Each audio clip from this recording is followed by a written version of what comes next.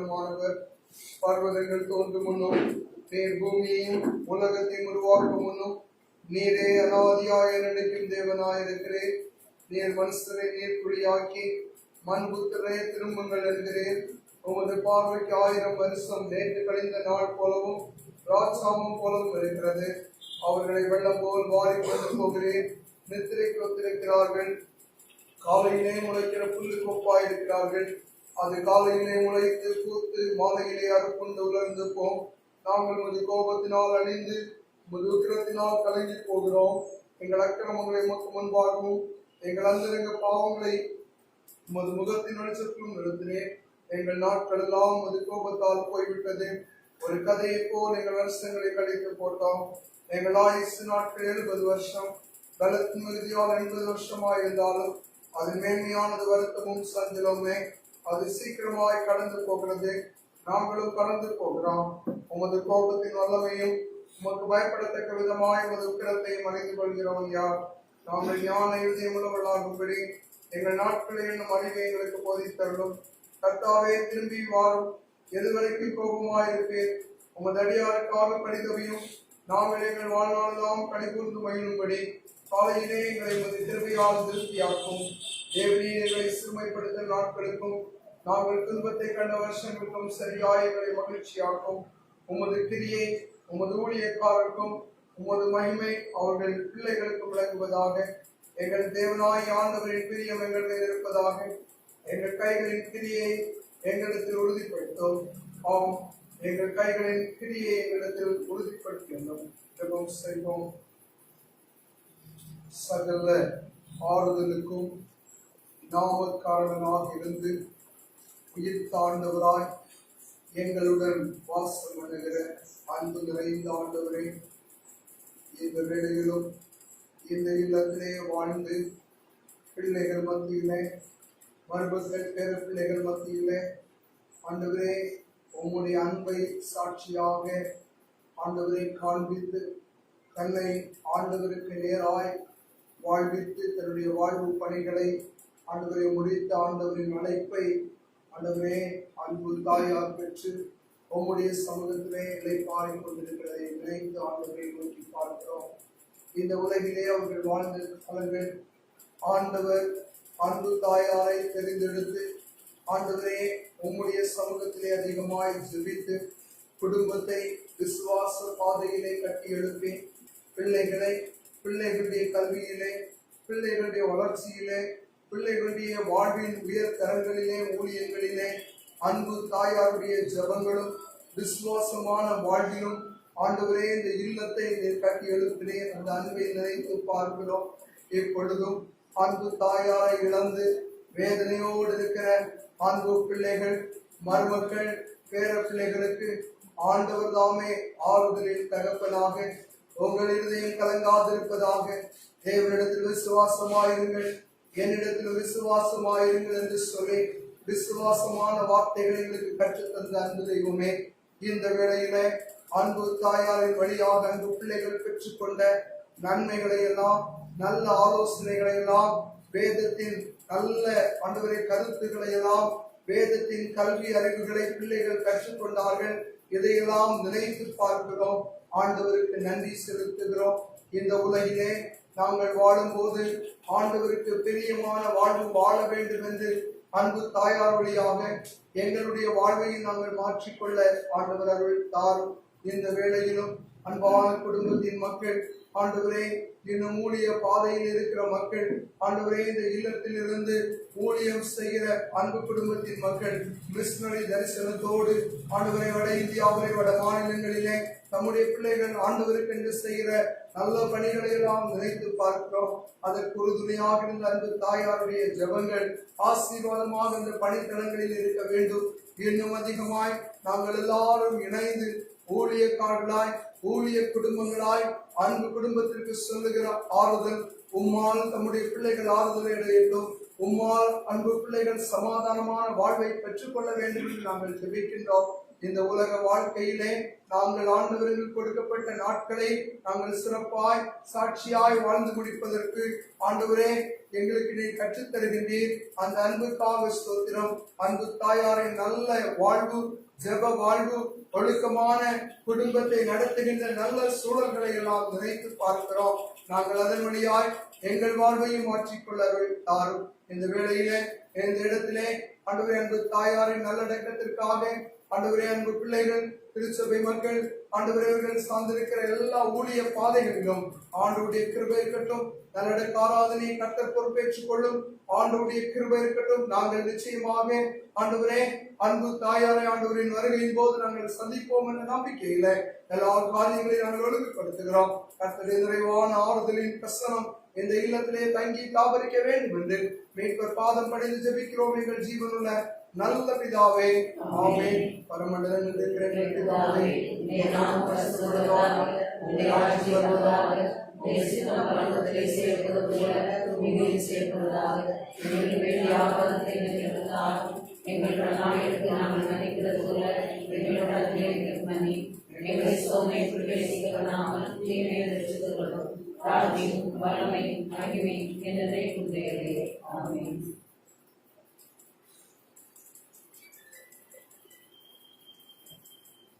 கர்த்தருக்காக ஊழியம் செய்ய வேண்டும் என்ற வாஞ்சையோடும் தாகத்தோடும் ஒரு அர்ப்பணிப்போடும் ஜெபத்தோடும் எதிர்பார்ப்போடு இவங்க வாழ்ந்ததுனால நிச்சயமாகவே நமக்கு தெரியும், கர்த்தர் இந்த தாயாரை ஆண்டவருடைய இளைப்பாறுதலுக்குள்ள வைத்திருக்கிறார். அது மட்டுமல்ல, இவர்கள் கடந்து வந்த அந்த பாதை ஆண்டவர் இவர்களை அற்புதமாய் நடத்தி ஒரு அற்புதமான காரியம் என்னவென்றால், இவங்க தன் இளம் வயதுல கர்த்தருக்காகப்பட்ட பிரயாசங்களை இவங்க கண்கள் காண, இவங்க பிரயாசப்பட்டதும், இவங்க கர்த்தருக்காக உத்தமமாய் செயல்பட்டதும் இந்த பிள்ளைகளுடைய வாழ்வில கர்த்தர் செய்த நன்மையை கண்டு இந்த பூமியிலே இவங்க சந்தோஷம் அடைந்தார். அதுதான் இந்த தாயாருக்கு கிடைத்த ஒரு பெரிய பாக்கியம், ஒரு பெரிய சாக்கியம். ஆண்டவருடைய பிள்ளைகளே, இந்த நாட்களில என்னை அதிகமாக பாரப்படுத்தின ஒரு காரியம் என்னவென்றால், மனிதனுடைய முடிவுக்கு பிற்பாடு, அதாவது மரணத்துக்கு பிற்பாடு, அந்த மனிதனுடைய ஆத்மா போகலைன்னா, விண்ணக ராஜ்யத்துக்கு போகலைன்னா, அந்த ஆத்மா பாதாளத்துக்கு போனா மகா கொடிய வேதனை. அந்த வேதனையை யாராலும் சகிக்க முடியாது. ஆகவே இந்த உலகத்துல நமக்கு நன்மையும் தீமை இருக்கிறது. என்றைக்கு ஆதாம் நன்மை தீமை அறியத்தக்க கனியை புசித்தானோ, அங்கிலிருந்து இந்த பூமியில எல்லாம் இருக்குது. மனிதனுக்கு நன்மை இருக்குது, தீமை இருக்குது, துன்பம் இருக்கிறது, துக்கம் இருக்கிறது, வியாதி இருக்கிறது, சந்தோஷம் இருக்கிறது. எல்லாம் ரெண்டரை கலந்து இருக்கிற வாழ்க்கை தான் உலக வாழ்க்கை, நன்மையும் தீமையும். ஆனா ஆதாரத்துல எந்த நன்மையும் இல்லை, மகா தீமை. அதை குறித்து நமக்கு ஒரே வார்த்தையில சொல்ல முடியும், அந்த ஐஸ்வர்யவான் அந்த பாதாளத்துல அவன் ஏங்குகிறான். ஒரே ஒரு துளி தண்ணி அந்த லாசருடைய சுண்டு விரல், அந்த சுண்டு விரல தண்ணீர்ல நனைத்து என் நாவை வந்து குளிர பண்ணணும், நான் இங்க கொடிய வேதனை அனுபவிக்கிறேன் என்று சொல்லி இந்த ஐஸ்வர்யான் அழுகிறத அந்த பாதாளத்துல. அப்படின்னா ஒரு துளி தண்ணி கிடைக்காது. ஒரு கொஞ்சம் நமக்கு இன்னைக்கு இப்போ ஃபேன், இந்த காத்து போயிடுச்சுன்னா, சாரி மின்சாரம் போயிடுச்சுன்னா நம்மளால இங்க யாரையும் உட்கார முடியாது. யாரும் ஒரு ஜெனரேட்டராவது எடுத்து வைங்க, கொஞ்சம் ஃபேன் காத்து போடுங்க, இல்லைன்னா ஜன்னலையாவது திறந்து விடுங்க, அப்படியே நம்ம எல்லாரும் ஏறுவோம். ஆனா அங்க ஒரு துளி கொஞ்சம் கூட காத்து கிடைக்காது. ஒரே இருள், வெளிச்சமா இல்லைன்னா நம்மளால சகிக்க முடியாது. அப்போ இந்த பூமியில நம்மளால ஒரு சின்ன சின்ன வேதனைகளை கூட சகிக்க முடியாம நம்ம தவிக்கிறோம். ஆனா பாதாளத்துல நிரந்தரமான வேதனை, நித்தியமான வேதனை, அங்க பல்ல கடிக்கிற, அங்க வேதனைப்படுகிறேன் என்று சொல்லி அந்த ஐஸ்வர்யவான் அங்க கிடந்து அழுறான். நான் இங்க கொடிய வேதனைப்படுறேன், எப்படியாகிலும் இதுல இருந்து நான் வெளியே வரணும் என்று முயற்சி எடுக்கிறேன். ஆனா ஆபிரகாம் அந்த நேரத்துல சொல்லுகிறான், நீ இந்த பூமியில உலகத்துல சுபிட்சமாக வாழ்ந்தாய். லாசரு அப்படியே வேதனைப்பட்டான். அதை நினைத்துக்கொள் பாருங்க. அது ரொம்ப ஒரு வேதனை. அங்க போய் நம்ம வாழ்ந்த வாழ்க்கையை நினைத்துக்கொள், நீ எப்படி வாழ்ந்த என்கிறத அங்க நினைத்துக்கொள் என்று ஆண்டவர் சொல்லும் போது அது எவ்வளவு துக்ககரமான ஒரு நிகழ்வு. பாருங்க, சின்ன சின்ன விஷயத்துக்காக அநேகர் வாழ்க்கை எனக்கு பிடிக்கல, எனக்கு இந்த உலக வாழ்க்கை பிடிக்கல, எனக்கு உலகத்துல வாழ முடியல, நான் தற்கொலை செய்கிறத விரும்புகிறேன், சாவ விரும்புகிறேன். இவ்வளவு வசதிகள், இன்பமும் துன்பமும் இங்க நிறைந்திருந்தும் நம்மால வாழ முடியல, நான் மரணத்தை விரும்புகிறேன் என்று சொல்லுகிறவர்களை தான் நம்ம இந்த உலகத்துல பார்க்க முடியும். ஆனா மரணத்துக்கு பிற்பாடு ஒரு மனிதன் பரலோகத்துல போகலைன்னா பாதாளத்துல எவ்வளவு வேதனை என்று உங்களுக்கு நான் சொன்னேன். ஆகவே யாரும் பாதாளத்துல போகாம இருக்க நாம் இந்த நாட்கள்ல பிரார்த்தனை செய்யணும். ஏன் இந்த வார்த்தையை நான் இங்கே சொல்லுகிறேன்? இந்த தாயார் நல்ல போராட்டம் போராடினாங்க. ஆண்டவர் அவர்களை இந்த பூமியில ஆண்டவருக்காக வாழ வைத்து இன்றைக்கு அவருடைய இறைபாறுதலிலே எடுத்திருக்கிறார். பிரியமானவர்களே, ஒருவேளை நான் நினைச்சு பார்க்கிறேன், நம்ம பார்த்து எத்தனை பேர் இப்ப பாதாளத்துல கிடந்து எப்படியாவது போய் உலகம் எல்லாம் உள்ள மக்களுக்கு நீங்க சொல்லுங்க, ஊழியக்காரனே, தோழ பாஸ்டர் நீங்க போய் சொல்லுங்க, சுரேஷ் பாஸ்டர் நீங்க போய் சொல்லுங்க, லிபினி பாஸ்டர் நீங்க போய் சொல்லுங்க, ஜெயக்குமார் பாஸ்டர் போய் சொல்லுங்க அப்படின்னு எத்தனையோ பேர் அழுவாங்களோ எனக்கு தெரியல. ஆனா அந்த ஐஸ்வர்யவான் சொல்றா பாருங்க, இந்த ஐஸ்வர்யவான் சொல்றா பாருங்க, என்னால எஸ்கேப் ஆக முடியலன்னா எனக்கு 5 சகோதரர்கள் உண்டு, அவர்களாகிலும் இந்த வேதனை உள்ள இடத்துல வரவே கூடாது. இந்த உலகத்துல யாருக்கு ஆத்தும பாரம் இருக்குதோ இல்லைங்களோ, இந்த உலகத்துல நமக்கு ஆத்தும பாரம் இருக்கலாம், இல்லாம போகலாம். ஆனா பாதாளத்துல போகும்போது அத்தனை மனிதர்களுக்கு வருகிற ஒரே ஒரு காரியம் ஆத்தும பாரம். நான் பாதாளத்துல விழுந்து வேதனைப்படுறேன். என் சொந்தங்க யாரும், என்னுடைய உடன்பிறப்புகள் யாரும் இந்த வேதனை உள்ள இடத்துல வராதபடிக்கு யாராகிலும் போய் சொல்லுங்க என்கிற அந்த அணுகுறை தான். இதுவே நாம் ஆண்டவரிடத்துல கெஞ்சணும். ஆண்டவர் பாதாளம் சொல்லி எதையோ சில காரியங்களை சொல்லி அவன் அந்த காரியத்தை மேன்மைப்படுத்திட்டு போறதை விட இவங்க விட்டு போன ஓட்டத்தை தொடர்றதுக்கு இந்த இடத்துல யாராவது முன் வந்தா உங்க தலைமுறைகள் இவர்களை விட ஆசீர்வதிக்கப்பட்டிருக்கும். பரலோகம் சந்தோஷப்படும். பரலோகம் சந்தோஷப்படுவதற்கு இந்த பூமியில நாம என்ன செய்கிறோமோ அதெல்லாம் நிலைத்திருக்கும். கர்த்தருக்கு ஸ்தோத்திரம். கர்த்தர் இந்த வார்த்தைகளின் மூலமாக நம்மோடு இடைவிடுவாராக. ஆமென்.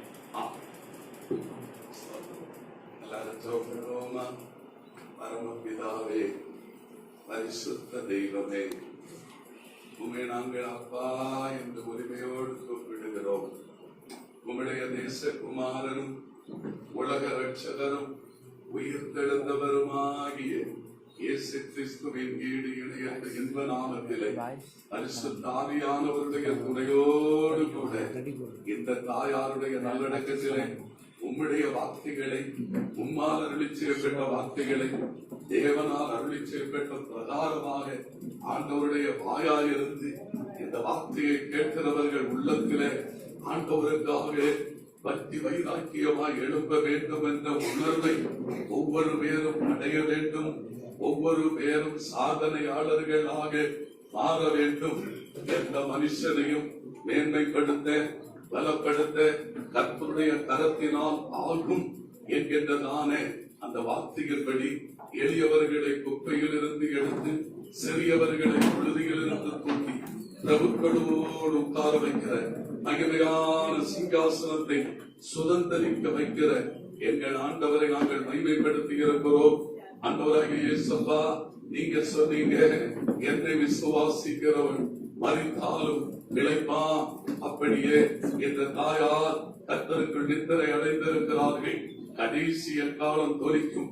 அப்பொழுது கிறிஸ்துவுக்குள் மரித்தவர்கள் முதலாவது எழுந்திருப்பார்கள் என்ற அந்த வரிசைகளை இந்த தாயார் மாசற்ற மணவாட்டியார் மறுரூபம் அடைந்து மணவாளனை சந்திப்பார்கள் என்ற நல்ல நிச்சயத்தோடு ஆண்டவரே, இவர்களுடைய நல்லடக்கத்திலே இவர்கள் செய்த நற்கிரியைகளை குறித்து விலாவாரியாய் விவரிக்க எங்களால் இயலாமல் இருந்தால் ஆண்டவருடைய கருவையை முன்னிட்டு இவர்கள் செய்த ஆண்டவருடைய நாமத்துக்காக பட்ட பிரயாசங்கள் நீர் மறந்து போகிறதற்கு அநீதி உள்ளவர் அல்ல என்பதை நாங்கள் இந்த இடத்திலே சொல்லவும் நீர் நினைக்கிறவர் என்றும், இவர்கள் செய்த ஊழியத்தை நீர் அங்கீகரித்திருக்கிறீர் என்றும், இவர்கள் சந்ததிகளை கொண்டு இதிலும் பெரிதானவைகளை செய்வீர் என்றும், அந்நிய கண்கள் அல்ல எங்கள் சொந்த கண்கள் காண தேவனதை செய்கிறீர் என்றும் நாங்கள் அறிந்து உண்மை நாங்கள் துணித்திருக்கிறோம். தொடர்ந்து ஆண்டவருடைய வார்த்தையை பிரசங்கிக்கிற,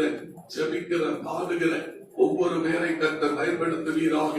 நல்லடக்கம் ஆண்டவருடைய வார்த்தையின்படியே ஆவிக்கென்று நினைக்க ஆண்டவரே, தகப்பனே, நித்திய ஜீவன் இவர்களுக்கு உண்டாக கர்த்தருடைய எக்கால சத்தம் தொனிக்கும் போது இவர்கள் மாசத்த மனவாட்டியார் மறுரூபம் அடைவார்கள் என்ற தெளிவோடு இருந்து நாங்கள் பிரார்த்தனை செய்கிறோம்.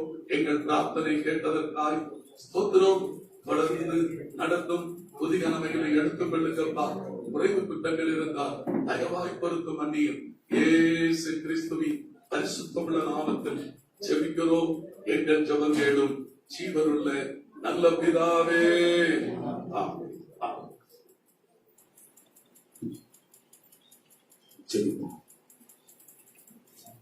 மகா இரக்கமும் மட்டற்ற கிருபைகளும் நிறைந்ததானே எங்கள் அன்பின் பரலோக தந்தையே, இந்த வேளையிலே நாம் இந்த இடத்திலே கூடி நிற்கிற முகாந்திரத்தை அறிந்திருக்கிற எங்கள் அன்பர் இயேசு எங்கள் நடுவிலே பிரசன்னராக இருக்கிற கிருபைகளுக்காக சோத்திரம்.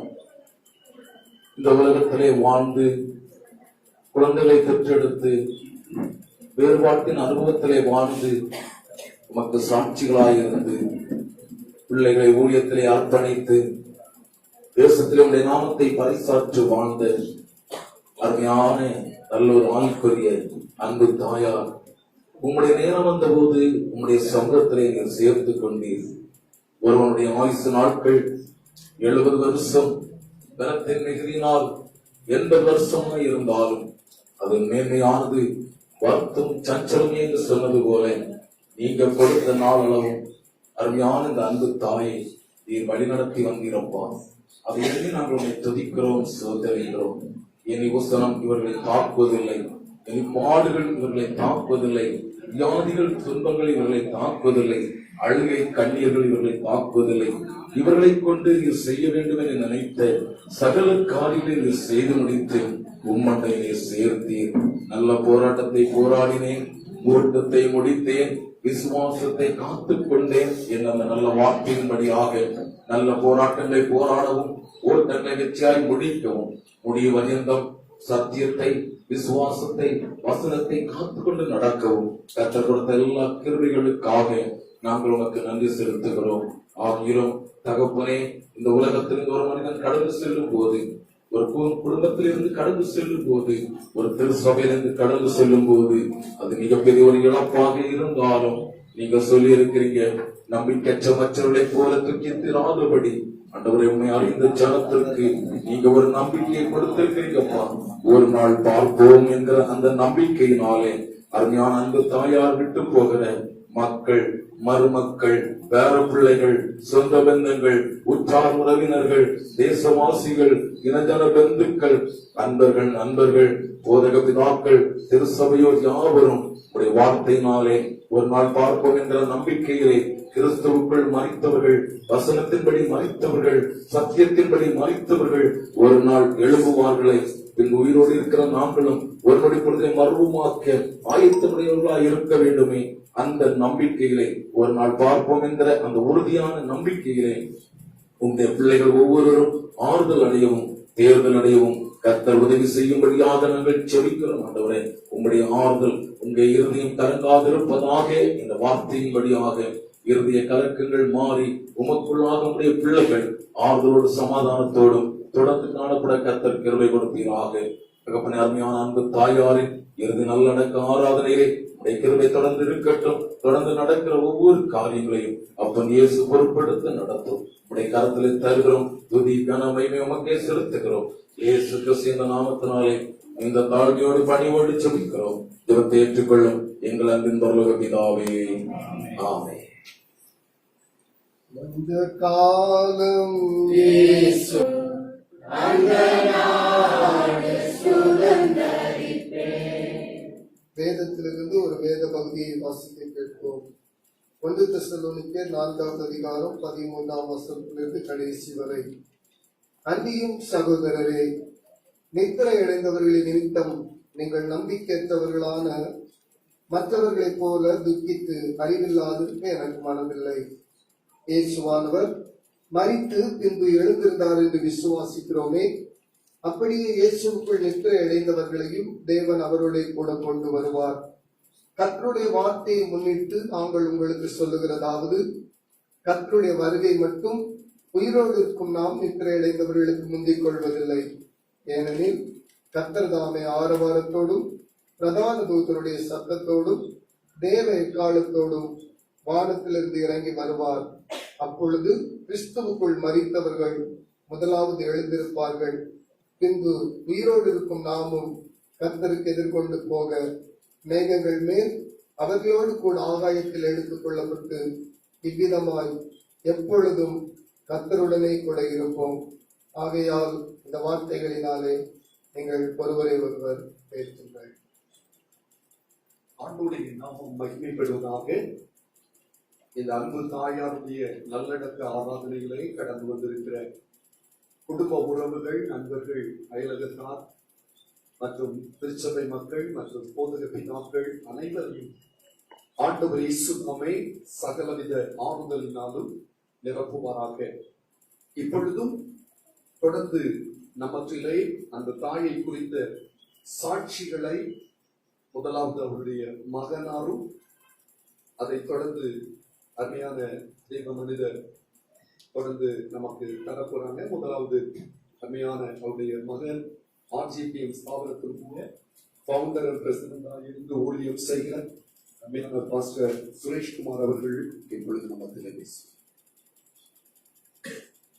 கர்த்தருடைய பரிசுத்த நாமத்திற்கு மகிமை உண்டாவதாக.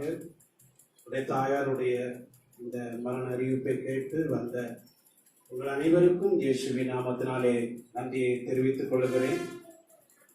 என்னுடைய சிறு வயதிலிருந்தே என்னுடைய தகப்பனாருடைய ஆதரவு எங்களுக்கு கிடையாது. தாயார் தான் சிறு வயதிலிருந்தே எங்களை வளர்த்தார்கள். அவர்கள் போகாத காலங்கள் கிடையாது, அவர்கள் பட்ட பாடுகள் கிடையாது. குடும்ப வாழ்க்கையில எங்களை எந்த ஒரு குறைவில்லாதபடி சிறு வயதிலே அவர்கள் கர்த்தருடைய பணியை செய்துதான், அதன் மூலமாய் தேவன் கொடுத்த காணிக்கை கொண்டுதான் எங்களை வளர்த்தார்கள். அந்த நாட்கள் எங்கள் வீடு ஒரு ஓர குறையாக இருந்தது. மழை பெய்யும் போது உள்ளே ஒழுகும், அங்குமிங்கும் பாத்திரங்கள் வைத்து அப்படித்தான் எங்கள் வாழ்க்கையை ஓட்டணும். அந்த நிமிடத்திலே என்னுடைய தாயார் ஜபிக்கிற ஜபம், எனக்கு பெரிய சொத்து வேணும், வீடு வேணும், அப்படி என் பிள்ளைகள் இன்ஜினியர் ஆகணும், டாக்டர் ஆகணும், பெரிய சொத்தை சம்பாதிக்கணும்னு அவங்க ஜெபிச்சதே கிடையாது. அந்த நிமிடத்திலே அவர்கள் முழங்கால் படிவிட்டு ஜபிக்கிறது, எங்க 3 பேருக்காக கர்த்தருடைய பணி அவர்கள் செய்ய வேண்டும், கர்த்தருடைய பிள்ளைகளாய் வாழ வேண்டும், பக்தியாய் வாழ வேண்டும், உத்தமனாய் இருக்க வேண்டும் என்றுதான் அவருடைய ஜபம் அன்னைக்கும் இருந்தது. கர்த்தர் அவருடைய ஜபத்தை கேட்டார். சிறு வயதிலிருந்தே நாங்கள் பக்தியாய் வளர்க்கப்பட்டோம். தேவ கிருபைப்படி, அனுக்கிரகத்தின்படி கர்த்தர் இந்த நாட்களிலே ஒரு நல்ல நிலைமைக்கு நாங்கள் வருவதற்கு காரணமே என்னுடைய தாயார் தான். மயிலாடி கிராமத்தில் அவர்கள் சுட்டாத இடம் கிடையாது. கன்னியாகுமரி மாவட்டத்திலே அநேக பட்டணங்கள், அநேக கிராமங்கள் நடந்து திரிந்து கடந்த 45 வருஷமாக அவர்கள் கர்த்தருடைய பணியை செய்து வந்திருக்கிறார்கள். ஒரு மரம் பூத்து காய்த்து கனி கொடுக்கும் போது நம்ம எல்லாரும் கனியை தான் பார்க்கிறோம். ஆனால் அது கனி கொடுப்பதற்கு முக்கியமானது ஆணி வேறு தான். இன்றைக்கு நாங்கள் குடும்பமாக தேவ சமூகத்திலே கர்த்தருடைய பணியை செய்வதற்கும், ஒரு வேளைக்கு ஆதாரம் இல்லாமல் இருந்த எங்களை இன்றைக்கு ராஜஸ்தானிலே பல குடும்பங்களுக்கு ஆதாரம் கொடுக்கவும், பலருக்கு உப்பாகவும் வெளிச்சமாகவும், அநேகர் பாவத்திலிருந்து மனம் திரும்புவதற்கும், அநேகர் சாபத்திலிருந்து மனம் திரும்புவதற்கும் இன்றைக்கு காரணமா இருந்தது என்னுடைய தாயார் தான். எப்பொழுதும் ஜெபித்துக் கொண்டே இருப்பார்கள். நான் விரும்புவதெல்லாம் அவரிடத்திலே உங்களை போல் நானும் அதிகமாய் ஜெபிக்க வேண்டும் என்று தான் விரும்புவேன். ஒரு தடவை நான் வெளிநாட்டில் போயிருக்கும் போது, மஸ்கட்டில் போயிருக்கும் போது, நான் அங்கு கத்தோடைய செய்தி கொடுத்து விட்டு நான் கீழே வரும்போது ஒரு அம்மா ஓடி வந்தார்கள். மிஷினரி தாயாரை குறித்து எனக்கு தெரியும் என்று சொன்னார்கள். என்ன என்று கேட்டேன். 7 வருஷமா நாங்க பிள்ளை இல்லாம இருந்தோம். எங்க வீட்டுக்கு வந்தாங்க, ஜோம் பண்ணி சொன்னாங்க, உனக்கு பிள்ளை ஆண்டவர் தருவாருப்பா அப்படின்னு. இன்னைக்கு என் பிள்ளைகளாம் பார்க்கும்போது உங்க அம்மா தான் நாங்க நினைக்கிறோம். பாருங்க, வெளிநாட்டுல கூட அவங்களை நினைக்கிற அளவுக்கு ஆண்டவருடைய ஊழியத்தை வைத்திருக்கிறார். வெளியே யாருக்கும் தெரியாது, கனி தெரியும், ஆனா ஆணிகளுக்கு தெரியாது. அநேகருக்கு அவங்க செய்த ஊழியங்கள், அவங்க பட்ட பாடுகள், கஷ்டங்கள் எல்லாம் அதிகம் தெரியாது. ஆனா ஆண்டுடைய கிருபையில இன்னைக்கு அவங்க பரலோகத்துல பிரவேசித்திருக்கிறாங்க. அங்க போகும்போது அவங்க என் பிள்ளைகிட்ட தான் சொல்லுவாங்களாம், எனக்கு பெரிய இடத்தை ஆண்டவர் வச்சிருக்கிறாரு அப்படின்னு சொல்லி. அது மாத்திரமல்ல, நான் மிஷனரியா இருந்ததுனால என் பிள்ளைகளை நான் ஆண்டவருக்குள்ள வளர்ப்பதற்கு, என்னோடு கூட வைத்து வளர்ப்பதற்கு எனக்கு வாய்ப்பே கிடைக்கல. ஆனா இங்க என் பிள்ளைகளை விட்டுட்டு போனேன். எங்க அம்மா தான் எனக்கு பிள்ளைகளுக்கும் தாயா இருந்து வசனத்தை கற்றுக் கொடுக்கிறதும், அவங்க ஜெபிப்பது, நடத்துவதற்கும், வெளியே போவதற்கு, வருவதற்கு எல்லா காரியத்திலையும் வைத்து இன்றைக்கு எங்க பிள்ளைகளையும் அவர்கள் கிறிஸ்துவுக்குள் வழி நடத்தி கொண்டுதான் இன்றைக்கு பரலோக ராஜ்யத்துக்குள் அவர்கள் பிரவேசித்திருக்கிறார்கள். எனவே இதெல்லாம் நினைத்து பார்க்கும்போது என்னுடைய வாழ்க்கையிலே ஆண்டவர் இன்றைக்கு இந்த நிலைமைக்கு கொண்டு வந்ததுக்கு காரணம், இன்னைக்கு அநேகருக்கு நாங்கள் வெளிச்சமாகவும், அநேகருக்கு குடும்பம் உப்பாகவும், நாங்கள் 3 பேரும் ஒற்றுமையாக இருந்து கர்த்தருடைய பணியை செய்வதற்கு அவர்கள் பட்ட பாடுகள், அவர்கள் பட்ட வேதனைகள், கஷ்டங்கள், எப்பொழுதுதான் காலையில் நைட்டோட எழுப்பி பார்த்தாலும் எப்போ தூங்குறாங்க, எப்போ ஜெபிக்கிறாங்க, எப்போ வாசிக்கிறாங்கன்னு தெரியாது. எப்பவும் ஜெபிச்சுட்டு இருப்பாங்க, எப்போ தூங்குறாங்கன்னே தெரியாது. அந்த கிருபையில அவர்கள் வளர்ந்து வந்தாங்க. நீங்க அநேகர் இங்க சாட்சியா இருக்கிறீங்க. அவங்க மூலமா ஆண்டவருடைய ஆசீர்வாதத்தை பெற்றவர்கள் அநேகர் இருக்கிறீங்க. கர்த்தருடைய நாமத்துக்கு நன்றி செலுத்துகிறேன். நான் நேற்று காலையிலே நான் ஜெபித்துக் கொண்டு, நாங்கள் 4:30 மணிக்கு நானும் ஜெபித்துக் கொண்டு அகேஷனுடைய செய்தி நான் யூடியூப்ல கேட்டுட்டு அப்படியே தூக்கி கொண்டிருந்தேன். திடீரென்று என்னுடைய மனைவி எழுப்பி சொன்னார், நான் பாஸ்டர் ஜெயக்குமார் அவர்களை பார்க்கிறேன், நம்ம இடத்துக்கு வந்தது போல அவங்கள நான் நேரடியா பார்க்கிறேன் அப்படின்னு என்கிட்ட சொன்னான். நான் சொன்னேன், சரி, நம்ம டிசம்பர் மாசம் தான் அவங்கள நம்ம கூப்பிட்டோம், அவங்க வரல, இந்த வருஷம் வருவாங்களா இருக்கும் அப்படின்னு நான் நினைச்சேன். ஆனா 1/2 மணிக்கு தாண்டி நான் இளைய மகன் போன் பண்ணா, பாட்டி இப்படி இறந்துட்டாங்க அப்படி. அப்பதான் உறுதியானேன், ஆண்டவர் தன்னுடைய தாசனை போல அனுப்பி நமக்கு இதை உறுதிப்படுத்த நினைத்து நான் உடனே பாஸ்டர் போன் பண்ணி சொன்னாங்க என்கிட்ட, சொந்த ஊருக்கு நீங்க கொண்டு போறீங்களாப்பா, அங்கெல்லாம் பண்றீங்களா அப்படின்னு கேட்டாங்க. நான் சொன்னேன், நான் ஆண்டவர் எனக்கு வெளிப்படுத்திருக்கிறார், ஆண்டவருடைய சித்தம் இதுதான். அதனால அவங்க எப்போ இந்த கொரோனா டைம்ல இருக்கும்போது எனக்கு சொல்லுவாங்க, பாஸ்டர் ஜெயக்குமாருடைய மெசேஜ் கொடுத்தப்பா என்கிட்ட சொல்லி என்கிட்டே உட்கார்ந்து அதை பார்த்துட்டு ஒரு நாள் கூட வேற எந்த காரியத்துக்கு அவங்க கரையிட்டது கிடையாது. எப்போ பிரசங்கத்தை கேட்பாங்க, ஜோம் பண்ணுவாங்க, சுற்றிட்டே இருப்பாங்க. நாங்க ஆசிரியர் வாரோன்னு சொன்னா உடனே வாசலை திறந்து வச்சு பார்த்துட்டே இருப்பாங்க, எப்போ குமார் வருவா அப்படின்னு. போகும்போதும் ரயில்வே ஸ்டேஷன்ல வந்து எங்களை ஏற்றி கை காட்டி டோப்பிட்டு தான் போவாங்க. அதை காட்டிலும் என் சகோதரர்கிட்ட தான் கூட அதிகமா இருப்பாங்க, எப்பவும் கூடவே இருப்பாங்க. இனி வாழ்நாட்களை எப்படி அவர் இருக்க போறான்னு தெரியல. ஏன்னா அவர் தனியா ஆக்கப்படுறோம். கூடவே கூட்டிட்டு போறது எங்க அம்மா தான். எங்க அம்மாவுடைய பலம் தான் எங்க அண்ணன் இவ்வளவு நாளும் இருந்தது. என்னை எப்படி அவங்க காலத்தை ஓட்டுறான்னு தெரியாது, ஆனா ஆண்டவர் கூட இருப்பாரு.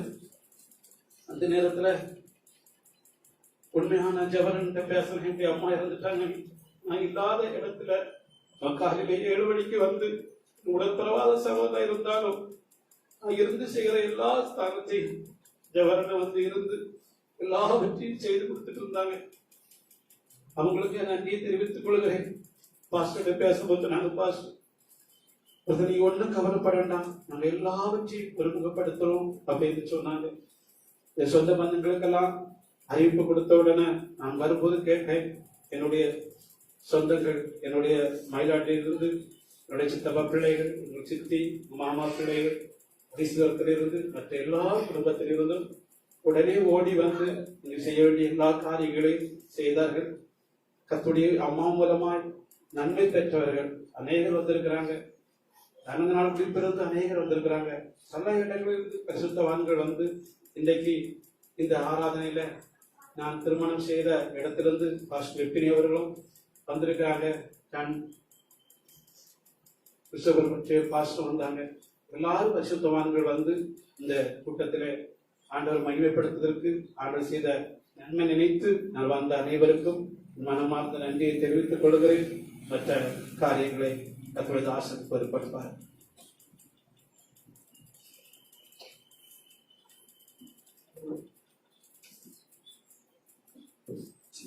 நல்ல சாட்சிக்காய் நம்ம கர்த்தரை ஸ்தோத்திரம் பண்ணுவோமா?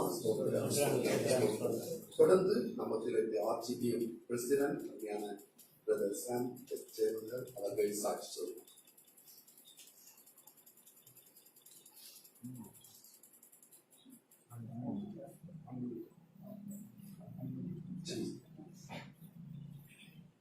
நேற்று அதிகாலையிலே நான் செய்தியை கேட்டவுடனே மனது உடைந்தவனாக காணப்பட்டேன். உடனடியாக தம்பி சொன்னது போல நான் இங்கு வந்து சகோதரர்களுக்கு நான் ஆறுதல் சொல்லி இந்த மரணத்தை குறித்து நான் கேள்விப்பட்ட பொழுது மிகுந்த சந்தோஷம் அடைந்தேன்.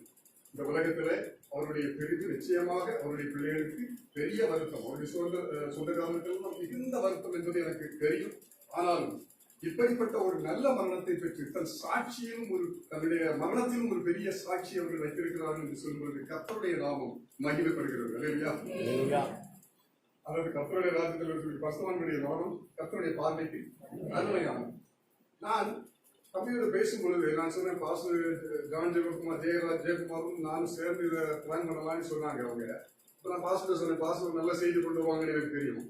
நான் ஒரு 2 சாட்சிகள் சொல்லலாம், அக்காலை பற்றி ஒரு 2 சாட்சி சொல்லலாம் தான் நினைச்சு வந்தேன். நான் அன்னைக்கு கொஞ்சம் என்னன்னா முதலே அப்பாயின்மெண்ட் வச்சு கொஞ்சம் பிஸி ஆகிட்டேன். ஆனால் லேட்டாக வந்தேன், வேற வழியே இல்லை எனக்கு. அப்போ நான் வீட்டில் வந்து கரெக்டாக 2 மணிக்கு தான் நான் வந்து சாப்பிட்டு இருக்கும்போது ஆண்டவர் ஒரு வார்த்தையை கொடுத்தார். ஆண்டவர் அப்படி நமக்கு வார்த்தையை கொடுக்கிற தேவன், ஒரு தரிசனத்தை காண்பிக்கிற தேவன், நமக்கு வார்த்தைகளை கொடுக்கிற தேவன். வேதத்திலே சொல்லப்பட்டுள்ளது, கிறிஸ்து எனக்கு ஜீவன், சாவு எனக்கு ஆதாயம் என்று ஒரு பரிசுத்தவானாகிய அப்போஸ்தலனாகிய பவுல் இப்படியாக சொன்னான். அவன் தொடர்ந்து அந்த பிலிப்பியருக்கு எழுதின புத்தகத்திலே 1வது அதிகாரம் 21 நீங்கள் படித்து பார்த்தீர்களானால் அவன் அங்கே சொல்லுகிறான், 2 காரியங்களினால் நான் நெருக்கப்பட்டேன் என்று சொல்லுகிறேன். 2 காரியங்கள் என்ன என்று பார்த்தீர்களானால், ஒன்று, நான் கிறிஸ்துவோடு இருப்பதற்கு நான் மிகவும் ஆசைப்படுகிறேன். இல்லையா? கிறிஸ்துவோடு நான் இருப்பதற்கு ஆசைப்படுகிறேன், அது எனக்கு நன்மையாக இருக்கும் என்று அவன் சொல்லுகிறான். இன்னொரு காரியம் சொல்லுகிறான், நான் உங்களோடும் இருக்க வேண்டும் என்று சொல்லுகிறான். விசுவாச பிள்ளைகளாகிய உங்களோடும் நான் இருக்க வேண்டும் என்று சொல்லுகிறான். நான் இந்த காரியத்தை குறித்து ஆண்டவரிடத்தில் கேட்டேன், ஆண்டவரை இந்த காரியத்தை குறித்து நான் அக்காலை வைத்து நான் எப்படி பேச வேண்டும் என்று ஆண்டவரிடத்திலே நான் கேட்டேன். ஆண்டவர் அக்காலை இந்த இடத்திலே எனக்கு வைத்து பேச கற்றுத் தந்தார். 27வது வசனத்தை எழுதி 6வது படிக்கலாம். 27 1 பிலிப்பியர் 1:27. யாராவது எத்தனை படிக்கலாம்? நானே படிக்கிறேன். நான் வந்து உங்களை கண்டாலும் கொஞ்சம் ஸ்லோகம். நான் வந்து உங்களை கண்டாலும், நான் வராமல் இருந்தாலும், நான் இந்த உலகத்தில் இருந்தாலும், நான் இல்லாவிட்டாலும், நீங்கள் ஒரே ஆவியிலே உறுதியாய் உறுதியாயிருங்கள். கர்த்தர் சொன்ன வார்த்தை என்று இயேசுடைய ஆர்ஜிபிஎம் குடும்பத்திற்கு முக்கியமாகவும் மற்ற ஊழியக்காரர்களுக்கும் ஊழிய விசுவாச பிள்ளைகளுக்கும் உங்களுக்கும் சேர்த்து கொடுக்கிற அந்த வார்த்தை சொல்லுங்க. ஒரே ஆத்துமாவினாலே விசேஷத்தின் விசுவாசத்திற்காக கூட போராடி எதிர்க்கிறவர்களால் ஒன்றிலும் மருளாதபடி உங்களை குறித்து நான் கேள்விப்படும்படி எவ்விதத்திலும் நீங்கள் கிறிஸ்துவின் சுவிசேஷத்திற்கு பாத்திரராக மாத்திரம் நடந்து கொள்ளுங்கள். இது அக்கா ஆர்ஜிபிஎம் குடும்பத்திற்கு எங்களுக்கு கொடுத்த வார்த்தை. ஒவ்வொரு நேரமும் நான் ராஜஸ்தான் போகும்போதுதான் எனக்காக ஜெபம் பண்ணுவாங்க. நான் போகும்பொழுது தம்பி சுரேஷ்குமார் அங்கே இருப்பாரு. நான் ஒவ்வொரு டைம் போகும்போது பேசுவாங்க. ஆனா இந்த தடவை நான் உங்களை வரும்போது பார்க்க முடியல. என் மனைவி மரணத்திற்கு முந்தின நாள் தான் என்கிட்ட கேட்டா, அக்காவை பாத்தீங்களா கேட்டுட்டே இருந்தா. அவ பார்க்கணும்னு ஆசைப்பட்டா. ஆனா பார்க்க சந்தர்ப்பம் கிடைக்கல. இருந்தாலும் நாங்க நம்ம ஆவிக்குள்ள நம்ம மனதிலே அவர்கள் இருக்கிறார்கள் இல்லையா? சோ இன்னொரு சாட்சியை மாத்திரம் சொல்லிவிட்டு பொதுவுடைய வார்த்தைகளுக்காக நாம் காத்திருக்கலாம் என்று நினைக்கிறேன். ஒரு சாட்சி இவர்களை குறித்து முக்கியமாக நான் சொல்கிறேன். அநேகம் சொல்ல முடியும். என்னுடைய தகப்பனார் ஒரு அரசியல்வாதி, சிலவருக்கு தெரிந்திருக்கலாம் என்று. இந்த அரசியல்வாதி ஒருவரையும் வீட்டுக்குள்ள ஈஸியா ஏத்த மாட்டார். அதுல ஊழியக்காரங்க இந்த தாயாரை மாத்திரம்தான் வீட்டுக்குள்ள அனுமதிப்பார். என்ன தாயாரோடு அவ்வளவுக்கு ஒரு உறவு வைத்திருக்கிறது. அதுக்கு முக்கிய காரணம் என்னவென்றால் ஒரு நாள் கூட எனக்கு அது வேணும் இது வேணும்னு கேட்க மாட்டார். ஒரு நாள் கூட. அதுதான் எங்க அப்பாவுடைய வாழ்க்கையில். எங்க அப்பா ஒரு இந்து குடும்பத்தில் வாழ்ந்தவர், இந்து குடும்பத்தில் பிறந்தவர், கர்த்தரை ஒரு அறியாத ஒரு மனிதர். ஆனால் இந்த தாயாரை மாத்திரம் அவர் ஏற்றுக்கொண்டார். அது அவர்களுக்கு விசுவாச பாதைக்கு வழிவகுத்ததாக அமைந்தது. நான் சிறு வயதிலே இருக்கும் பொழுது நான் எங்க வீட்டுல கொஞ்சம் ஆங்கிலத்தில் சொன்னா மிஸ்டீரியஸ் சொல்லுவோம் இல்லையா, என்ன தமிழ்ல சொல்லுவோம், கொஞ்சம் குறும்பு கூடுதல் உண்டு. அதனால இவன் எப்படி ஆண்டவருக்குள்ள வருவாங்கிற கேள்வி நிறைய பேருக்குள்ள இருந்துட்டு இருந்து. அப்ப இவங்க ஜெபம் பண்ணும்போது சொல்லுவாங்க இவன் ஊழியம் பண்ணுவாங்க. எனக்கு அதுக்கு சம்பந்தம் கிடையாது, உண்மையிலே சொல்றேன். எங்க அம்மா விசுவாசித்தார்கள் இல்லையா, எங்க அம்மா மாத்திரம் விசுவாசித்தார்கள். இவன் ஊழியம் பண்ணுவானா அப்படின்னு. ஏன்னா தாய்மார்களுக்கு தான் தெரியும். நம்ம வெளியே சொல்ல மாட்டோம் இல்லையா. நான் கொஞ்சம் ஓப்பனா சொல்லிட்டேன், நான் கொஞ்சம் குறும்பான வேண்டு சின்ன வயசுல. சோ அப்படி இந்த தாயார் அந்த நேரத்திலே எனக்கு ஒரு 10 வயது இருக்கிற காலத்திலே இவன் ஊழியம் செய்வான் என்று தீர்க்க தரிசனமாக அறிந்து உரைத்தார்கள். இன்னும் எனக்கு 57 வயது ஆகிறது. நான் 12 வருடம் ஆகிறது சுரேஷ்குமாரோடு சேர்ந்து. என்னுடைய சொந்த தம்பியாகத்தான் நான் அவரை நினைத்திருக்கிறேன். சொந்த ஊழியமாக நான் நினைத்திருக்கிறேன். கர்த்தர் எங்களுக்கு கொடுத்த ஊழியமாக நினைத்து நாம் ஒரு எடுத்துக்காட்டான வாழ்க்கை வாழ வேண்டும். பேசுவது எளிது, வாழ்ந்து காணிக்க வேண்டும். அல்லேலூயா. இதைத்தான் இந்த ஊழியத்தில் நாங்கள் செய்ய வேண்டும் என்று நாங்கள் தொடர்ந்து பல போராட்டங்கள் உண்டு. ஊழியம் என்றும் உடனே எல்லாம் சரியாக வந்து விடாது. பல போராட்டங்கள் உண்டு, நெருக்கங்கள் உண்டு. அந்த நெருக்கத்திலும் ஆண்டவர் எங்களை வழிநடத்தி செல்கிறார். இதற்கு முக்கிய காரணம் என்று சொன்னால் எப்பொழுதும் ஜெபிக்கிற ஒரு தாயார். அந்த ஜெபம் நமக்கு தேவை. அப்போஸ்தலனாகிய பவுல் சொன்ன போல ஒரு ஆள் ஜெபத்துக்கு நமக்கு எப்பொழுதும் ஜெபிப்பார்கள். எந்த ஒரு ப்ராஜெக்ட் சொன்னாலும் எந்த ஒரு காரியத்தை சொன்னாலும் அதற்காக இருந்து ஜெபித்துக் கொண்டிருப்பார். நான் ஜெபம் பண்ணிக்கிறேன், நீங்க போங்க பிள்ளைகள் அப்படிமா. அந்த அளவுக்கு ஒரு ஜெபத்தின் நிலை எங்களுக்கு பின்னணியாக இருக்கிறவர்கள். இந்த ஜெபத்தை நாம் இனிமேல் எடுத்து செல்ல வேண்டும். நாம் ஆட்சியம் ஊழியம் மாத்திரமல்ல, அனைத்து ஊழியர்கள், கர்த்தருடைய ஊழியர்கள், சபை ஊழியர்கள், போதக ஊழியர்கள் எல்லாம் கர்த்தருடைய ஊழியர்கள். நாம் அதை எடுத்து சென்று இந்த தேசத்துல அநேகம் பயந்து கொண்டு இருக்கிறாங்க. நான் தான் சொல்லுவேன், அரசாங்கங்கள் நம்மை பயமுறுத்துகிறது என்று சொல்லுவார்கள். உங்களிலும் என்னிலும் இருக்கிற தேவன் மகா பெரியவர். இந்த உலகத்தில் இருக்கிறவனை விட மகா பெரியவர் என்பதை நாம் வெளிக்கொண்டு இந்த நாளிலே அவருடைய குடும்பத்துக்கு நாம் ஆதரவான வார்த்தைகள் சொல்லி அவர்களை தேற்றுவோம். கர்த்தர் நம்மை ஆசீர்வதிக்கிறார். ஆமென். நல்ல வார்த்தைகளுக்காக நாம் கர்த்தருக்கு நன்றி செலுத்துகிறோம். அந்த தாயை குறித்த நல்ல சாட்சிகளை நாம் கேட்டோம். அது மட்டுமல்ல, இங்க இருக்கிற அநேக இந்த தாயை குறித்து சாட்சி சொல்வதற்கு ஆயத்தமாய் இருக்கிறார்கள். என்னால் அந்த அளவு கிறிஸ்துவை பிரதிபலித்த ஒரு தாய், கிறிஸ்துவோடு இணைந்து விட்ட ஒரு தாய். இங்கு வாழ்ந்த பொழுதும் அவர்கள் இயேசுவோடு தான் வாழ்ந்தார்கள், இப்பொழுதும் இயேசுவோடே வாழ்கிறார்கள். ரொம்ப வாஞ்சித்தது அவர்கள் இயேசுவோடு இருக்க வேண்டும் என்று. அதைத்தான் ஆண்டவர் அவர்களுக்கு ஈவாய் கொடுத்திருக்கிறார். ஒருவேளை அவருடைய இழப்பு மிகப்பெரிய ஒரு இழப்பு என்பது நிச்சயம் எல்லாருக்கும் தெரியும். அருமையான பாஸ்டர் சொன்னாங்க, குடும்பத்துக்கு ஆணி வேர் என்று. அந்த ஆணி வேர் பிடுங்கப்பட்ட பொழுது அது ஒரு பெரிய பாதிப்பு என்று சொன்னால் அது மிகையாகாது. என்றால் இந்த ஊழியத்திற்காய், குடும்பத்திற்காய், பிள்ளைகளுக்காய், சபைகளுக்காய், தேசத்துக்காய் இரவு பகலாய் விழித்திருந்து கண்ணீர் வடிக்கிற ஒரு தாயினுடைய அந்த இழப்பு மிகப்பெரிய ஒரு பாதிப்பு தான். ஆனால் நிச்சயமாய் அவர்களுக்கு ஒரு பெரிய ஆதாயமாய் இருக்கிறது. அவர்கள் ஆதாயத்தை பெற்றுக் கொண்டார்கள். அதான் சொன்னாங்க, கிறிஸ்து எனக்கு ஜீவன், சாவு எனக்கு ஆதாயம். அவர்கள் இயேசுவோடு கூட வாழக்கூடிய அந்த ஆதாயத்தை அடைந்திருக்கிறார்கள். அதுக்குரியவர்களை இந்த துக்கமான நேரத்திலே நாங்களும் இந்த துக்கத்தில் பங்கெடுக்கிறோம். நிச்சயமா எங்கள் சபையில வந்து கர்த்தரை ஆராதிக்கிற ஒரு அன்பு தாயார் சடுதியாய் நினையாத நேரத்திலே அவர்கள் இந்த உலகத்தை விட்டு ஆண்டவரோடு இணைந்து விட்டார்கள் என்ற செய்தியை நேற்று காலையில நான் கேட்ட பொழுது என்னால நம்பவே முடியவில்லை. நன்றாகத்தானே இருந்தார்கள், என்ன ஆனது என்று கேட்ட பொழுது அவர் சொன்ன சாட்சி என்னை ஆச்சரியப்பட வைத்தது. அதிகாலையில் எழுப்பி செபித்துக் கொண்டிருக்கும் பொழுது ஆண்டவரோடு கூட அவர்கள் எடுத்துக் கொள்ளப்பட்டார்கள். ஏதோ ஒரு பெரிய பாக்கியம். கரங்களை உயர்த்தி ஆண்டவருக்கு நன்றி செலுத்துவோமா? எந்த ஒரு கஷ்டமும் இல்லாம ஆண்டவரோடு கூட அவர்கள் விரும்பின இடத்துக்கு போய்விட்டார்கள் என்பது ஒரு பெரிய பாக்கியம். வேதம் சொல்லுகிறது, வெளிப்படுத்தின விசேஷம் 14ஆம் அதிகாரம் 13வது வசனத்தை நாம் வாசிக்கும் பொழுது, பரலோகத்தில் இருந்து ஒரு சத்தம் உண்டாக கேட்டேன். அங்கே என்ன சத்தம் உண்டானது? கிறிஸ்துவுக்குள் மரிக்கிறவர்கள் பாக்கியவான்கள் என்று எழுது. அது மாற்றப்படாத ஒரு உண்மை. அந்த தாய் கிறிஸ்துவுக்குள் வாழ்ந்தவர்கள் என்று சொன்னால் அது மிகையாகாது. அது 100% உண்மையான காரியம்.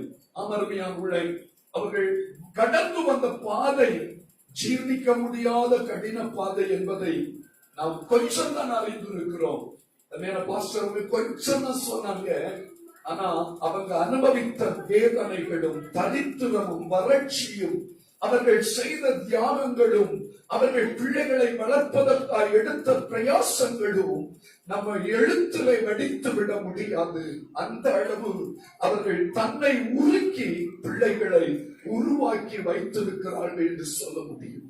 அவர்கள் 3 பிள்ளைகளும் ஆண்டவருக்காய் எரிந்து பிரகாசிக்கிறார்கள் என்றால் அதற்கு அந்த தாய் செலுத்தின கிரயம் அதிகமானது.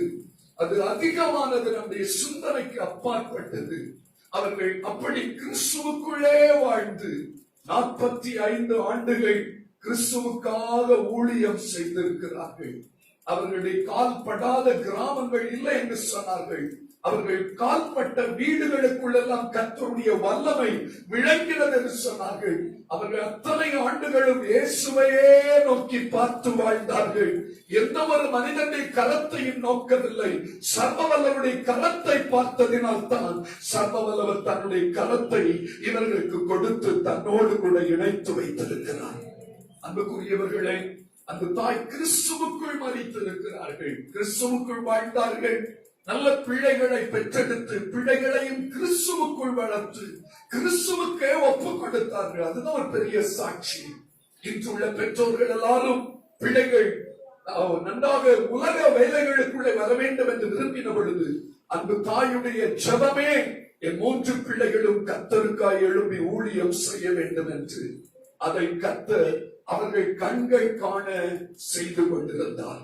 3 பிள்ளைகளும் ஆண்டவருக்காக ஊழியம் செய்தார்கள். ஒருவர் வட இந்தியாவில் போய், அடுத்த மகளும் வட இந்தியாவில் போய் பல ஆண்டுகள் ஏராளமான ஆத்துமாக்களை கர்த்தருக்காய் ஆதாயப்படுத்திக் கொண்டிருக்கிறார்கள். அந்த கடினமான சவாலான இடங்களிலே இவர்கள் சாதித்துக் கொண்டிருக்கிறார்கள் என்றால் அதற்கு பின்னணியத்தில் இருந்தது இந்த அன்பு தாயினுடைய முழங்கால் ஜெபம் என்பதை மறுக்க முடியாது. அவர்கள் கடந்து சென்று விட்டாலும் அவர்கள் ஜெபித்த ஜெபத்தின் முழுமையான பலன் இனிதான் வெளிப்பட போகிறது. இதுவரை அவர்கள் செய்த ஊழியத்தை விட 100 மடங்கு அதிகமான ஊழியத்தை நிறைவேற்றுவதற்கு அப்பன் இயேசு ஆச்சரியமான கிருபைகளையும் அதிசயமான வழிகளையும் ஆயிரமான ஆத்துமாக்களையும் அள்ளி கொடுப்பார் என்பதில் சந்தேகம் இல்லை. அன்புக்குரியவர்களே, கிறிஸ்துவுக்குள் மரித்தவர்கள் பாக்கியவான்கள் என்று எழுத வேண்டுமா? என்றைக்கும் இந்த தாயை பற்றி சாட்சி சொல்ல முடியும். அவர்கள் கிறிஸ்துவுக்குள் மரித்தவர்கள், கிறிஸ்துவுக்குள் வாழ்ந்தது மட்டுமல்ல, கிறிஸ்துவுக்குள் மரித்திருக்கிறார்கள். பைபிள் சொல்வது, அவர்கள் தங்கள் பிரயாசங்களை விட்டு ஒழிந்து இத்தனை ஆண்டுகளும் அவர்கள் சரீரத்திலே மனதிலே பட்ட பாடுகள், கஷ்டங்கள், வேதனைகள் சொல்லி முடியாதவைகள். ஆனால் அதை வெளியே காட்டவே மாட்டாங்க. முகத்திலே போது ஒரு சிரிப்போடு கூட பிள்ளை எப்படி இருக்கிறா அப்படின்னு வந்து பேசுவாங்க பாருங்க. அது ஒரு அன்பின் வார்த்தை, இதயபூர்வமான ஒரு அன்பை எல்லாத்தையும் காட்டுவாங்க. எல்லாரும் கர்த்தருடைய ராஜ்யத்துக்கு வர வேண்டும் என்ற வாஞ்சையோடு அவர்கள் வாஞ்சையோடு ஜெபித்தார்கள், பிரயாசப்பட்டார்கள்.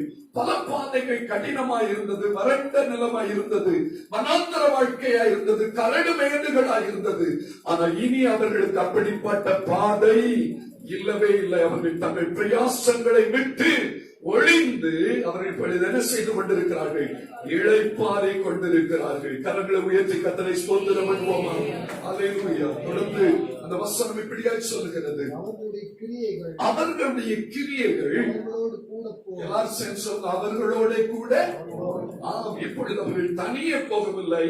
அவருடைய கிரியைகள், நற்கிரியைகள், இத்தனை ஆண்டுகளும் ஆண்டவருக்கு பிரியமாய் வாழ்ந்து இந்த உலகத்துல கிறிஸ்துவை பிரதிபலிக்கிற கிரியைகளை செய்தார் பாருங்க. தேவ ராட்சிய விரிவாக்கத்திற்காய், தேவ சித்தங்கள் நிறைவேறுவதற்காய், தேவ திட்டங்கள் நிறைவேறுவதற்காய், பிள்ளைகள் கிறிஸ்துவுக்குள்ளே வெளிப்படுவதற்காய் அவர்கள் பட்ட பிரயாசங்கள், நற்கிரியைகள் ஒவ்வொன்றும் அவர்களோடு கூட போகும். அந்த கிரியைகளுக்கு ஏற்ற பலனை ஒரு நாள் கர்த்தர் அவர்களுக்கு கொடுக்க போகிறார்.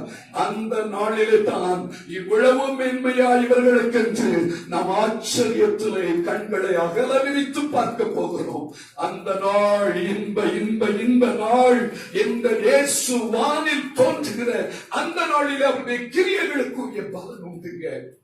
இந்த அருமையான வேதனையான நேரத்தில் வந்திருக்கிற உங்கள் எல்லாரோடு கர்த்தர் பேசுகிற காரியம், அந்த தாயை போல இந்த உலக வாழ்விலே கிறிஸ்துவுக்காக வாழ்வோம், கிறிஸ்துவுக்காக வாழ்வோம், கிறிஸ்துவுக்குள்ளாக வாழ்வோம், கிறிஸ்துவுக்காக வாழ்வோம் என்றால் ஒரே ஒரு வாழ்க்கை தாங்க.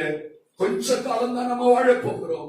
அந்த வாழ்க்கையில கிறிஸ்துவுக்காக செய்தவைகள் மட்டும்தான் நிலைத்து நிற்கும் என்பதை இந்த தாய் அறிந்தபடியினால தான் தன்னுடைய கடைசி நிமிடம் வரை கிறிஸ்துவுக்காக அவர்கள் ஓடினார்கள். முந்தைய நாள் வரை, நேற்று முந்தைய நாள் இரவு வரை அவங்க என்ன செய்திருக்காங்க? ஊழியம் செய்திருக்கிறாங்க. என்ன ஒரு பாக்கியம்! கரங்களை உயர்த்தி ஆண்டவருக்கு ஸ்தோத்திரம் செலுத்துவோமா? எவ்வளவு பெரிய ஒரு பாக்கியத்தை அந்த தாய் சுதந்திரித்துக் கொண்டிருக்கிறாங்க. அவருடைய கிரியைகள் அவர்களோடு கூட போகுமா? ஆகவே இந்த வேளையில, இந்த நல்லடக்க ஆராதனையில வந்திருக்கிற அன்புக்குரிய எல்லாருக்கும் சொல்லக்கூடிய ஒரு வார்த்தை, மனம் திரும்புங்க, பரலோக ராஜ்யம் சமீபித்திருக்கிறது. இனியும் காலம் செல்லாது.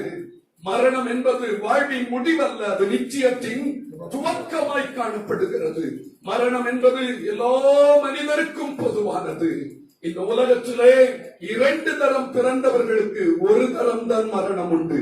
அதாவது தாயின் வயிற்றில் பிறந்த ஒரு பிறப்பு, கிறிஸ்துவுக்குள்ளான மறுபிறப்பு. இந்த தாய் மறுபிறப்படைந்தவர்கள்.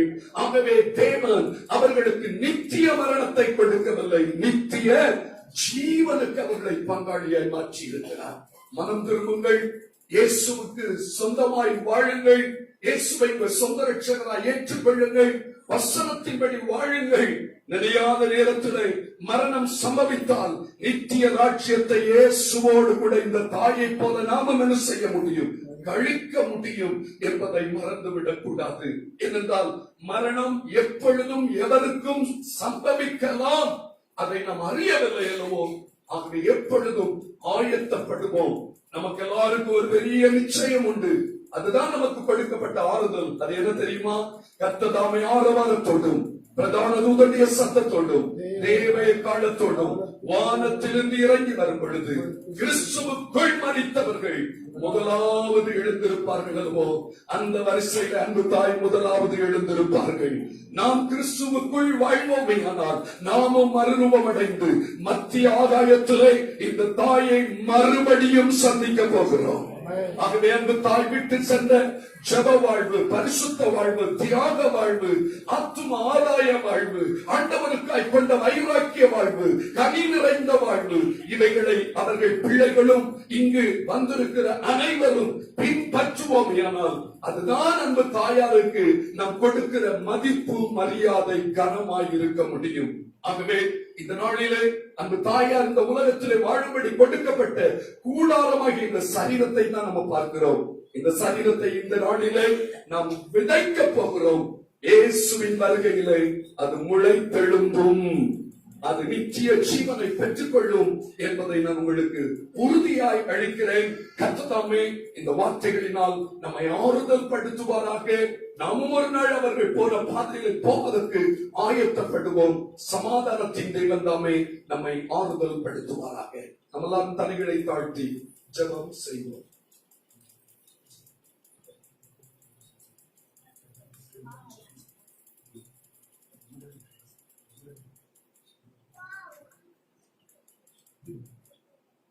ஐயா சுருக்கமாக சொல்லுங்க.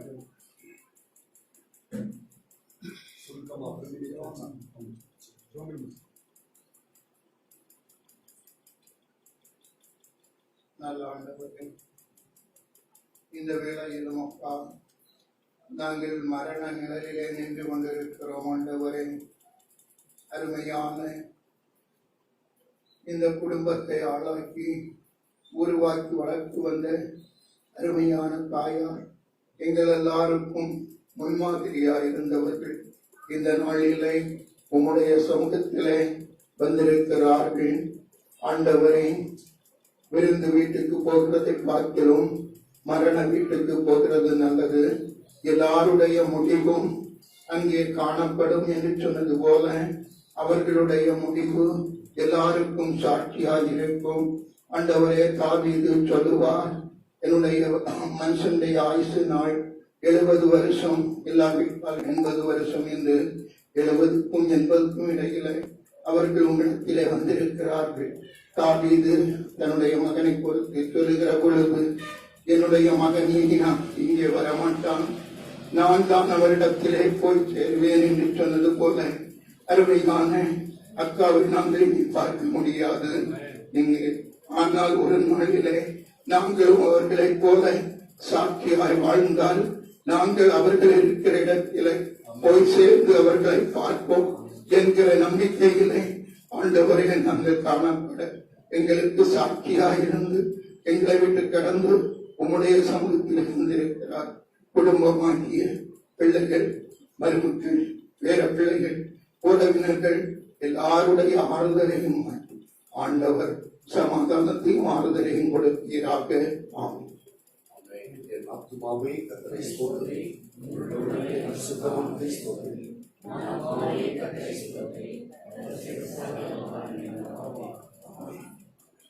அந்த தாயினுடைய சரீரத்தை பார்க்க விரும்புகிறவர்கள் தயவு செய்து முன்பதாக அது பார்க்கவும்.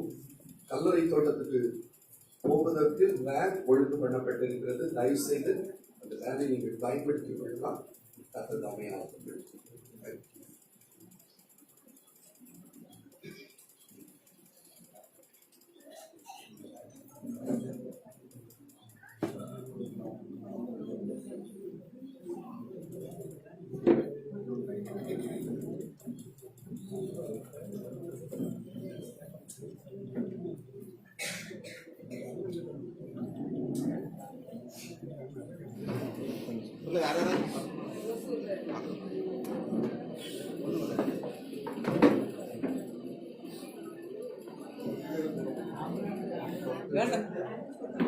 மூடண்டா வண்டியில் அப்படியே வச்சு சைடில் அப்படியே வச்சு போயிடும்.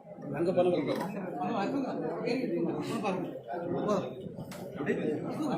தூக்கு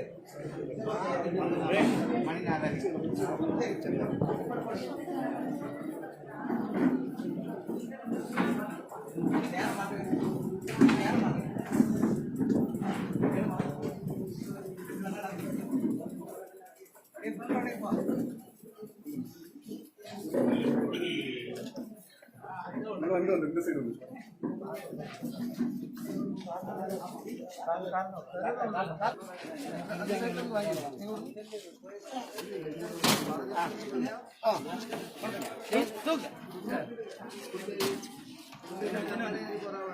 சரி.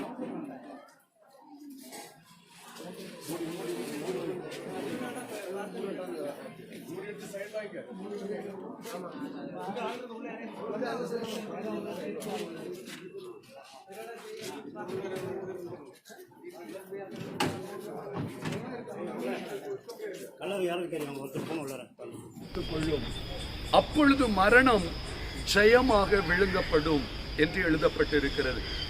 ஆம், இங்கே நாம் பார்க்கிற அன்பு தாயாருடைய சரீரம் அழிவுள்ளது. ஆனால் ஆண்டவராகிய இயேசு கிறிஸ்துவின் வருகையிலே இந்த சரீரம் அழியாமையை தரித்துக் கொள்ளப் போகிறது. ஒரே இமைப்பொழுதிலே இந்த அழிவுள்ளதாகிய இந்த சரீரம் அழியாமையும், சாவுக்கு ஏதுவாகிய இந்த சரீரம் சாவாமையும் தரித்துக் கொள்ளும். அந்த அனுபவத்துக்கு பேருதான் மறுரூபமாகுதல். அந்த மறுரூபமாகும் பொழுது அவர்கள் தேவ சாயலை அடைந்திருப்பார்கள். இப்பொழுது நாம் பார்ப்பது போலல்ல, இயேசுவுக்கு ஒப்பாக ஒரு சரீரத்தோடு அன்பு தாயார் இந்த இடத்திலிருந்து ஒரே இமைப்பொழுதிலே மத்திய ஆகாயத்திலே இயேசுவின் சன்னிதானத்திலே எழும்ப போகிறார்கள். அதுதான் ஆண்டவராகிய இயேசு தம்முடைய பிள்ளைகளுக்கு சொன்ன நிச்சயமாய் காணப்படுகிறது. ஆகவே இந்த நல்லடக்க ஆராதனையில வந்திருக்கிற நம்ம எல்லாரும் இந்த தெளிவை அடைந்து கொண்டு, எல்லாருக்கும் மனிதன் ஒரே தரம் பிறப்பதும் பின்பு நியாய தீர்ப்பு அடைவதும் மனிதனுக்கு நியமிக்கப்பட்டிருக்கிறதே என்று சொன்ன வசனத்தின்படியாய் எல்லாருக்கும் மரணம் உண்டு, எல்லாருக்கும் நியாய தீர்ப்பு உண்டு. அந்த மரணத்தை நாம் சந்திப்பதற்கு ஆயத்தமாய் இருக்கிறோமா என்கிற கேள்விதான் இந்த நேரத்தில் நமக்கு முன்பதாய் வைக்கப்பட்டிருக்கிறது. அன்பு தாயார் அருமையாய் இந்த உலகத்தில் கிறிஸ்துவுக்குள் வாழ்ந்தார்கள், கிறிஸ்துவுக்காக வாழ்ந்தார்கள், கிறிஸ்துவோடு கூட இணைந்தார்கள். அவர்களுக்கு ஒரு நிச்சயம் இருந்தது, நான் இயேசுவோடு கூட வாழப்போகிறேன் என்று. இந்த காலை வேளையில, நேற்று காலையில கூட அவருடைய பேரன் சொன்னாப்ல, அருமையான அம்மா அடிக்கடி சொல்லுவார்களா, சமீப காலமா அடிக்கடி சொல்லுவாங்களா, நான் சீக்கிரம் போயிருவேன் இயேசுவோடு கூட என்று. அவர்களுக்கு அப்பொழுதே தெரிய ஆரம்பித்து விட்டது, நான் இயேசுவோடு கூட வாழப் போகிறேன் என்று. நம்மால அந்த நிச்சயத்தோடு பேச முடியுமா? எப்பொழுது மரணம் இருந்தாலும் அந்த இயேசுவை நான் சந்திக்க முடியும் என்கிற நிச்சயம் நமக்கு இருந்தால் அதுதான் மிகப்பெரிய ஒரு பாக்கியமாய் காணப்படுகிறது. அன்பு தாயை போல நம்முடைய வாழ்விலும் கிறிஸ்துவுக்கு பிரியமாய் வாழ்ந்து கிறிஸ்துவையே சார்ந்து கொண்டு கிறிஸ்துவை பிரதிபலிக்கிற வாழ்க்கை வாழ்வோமே, ஆனால் மரணமோ இல்லது இயேசுவின் வருகையோ எது நம்மை சந்தித்தாலும் நாம் அவரோடு கூட வாழக்கூடிய அந்த பாக்கியத்தை அடைய முடியும். அன்பு தாய் அந்த பாக்கியத்தை பெற்றுக் கொண்டார்கள். நாம் அந்த பாக்கியத்தை பெற்றுக் கொள்வதற்கு ஆயத்தமா? சிந்திப்போம், ஆண்டவருடைய சமூகத்திலே நம்மை அர்ப்பணிப்போம். கர்த்ததாமே இந்த வார்த்தைகளினாலே நம் ஒவ்வொருவரையும் ஆறுதல் அடைய பண்ணுவாராக. ஜெபம் செய்வோம்.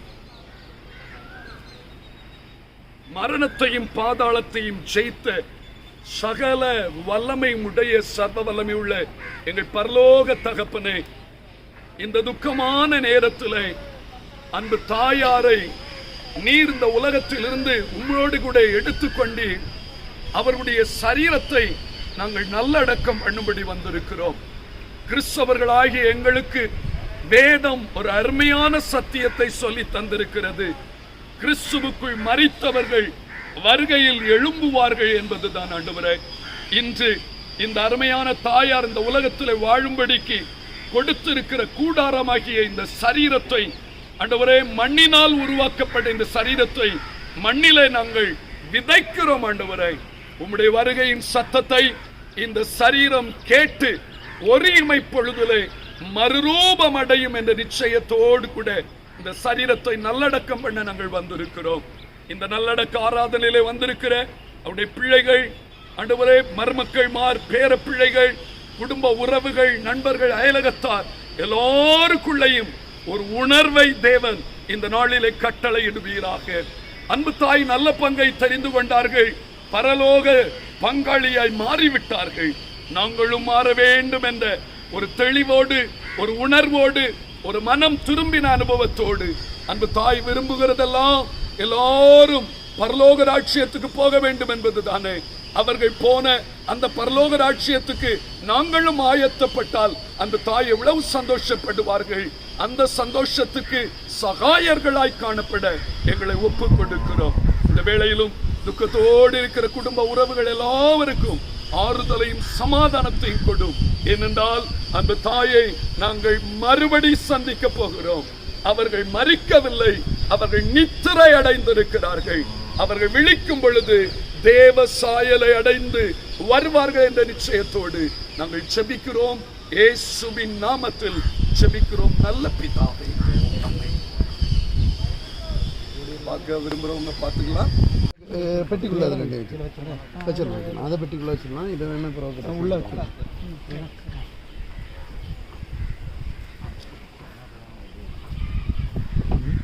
லாக் உண்டா? லாக் இருக்கும், இருக்கு.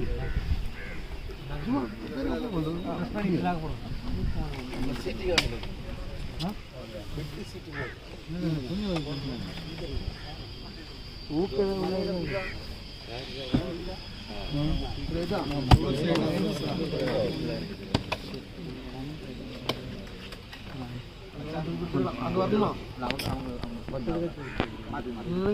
சொல்லுங்க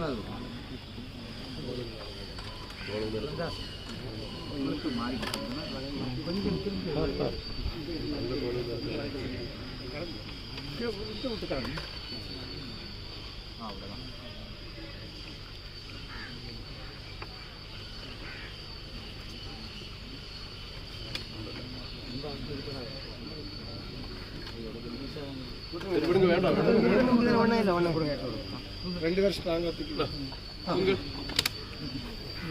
விட்டுருங்க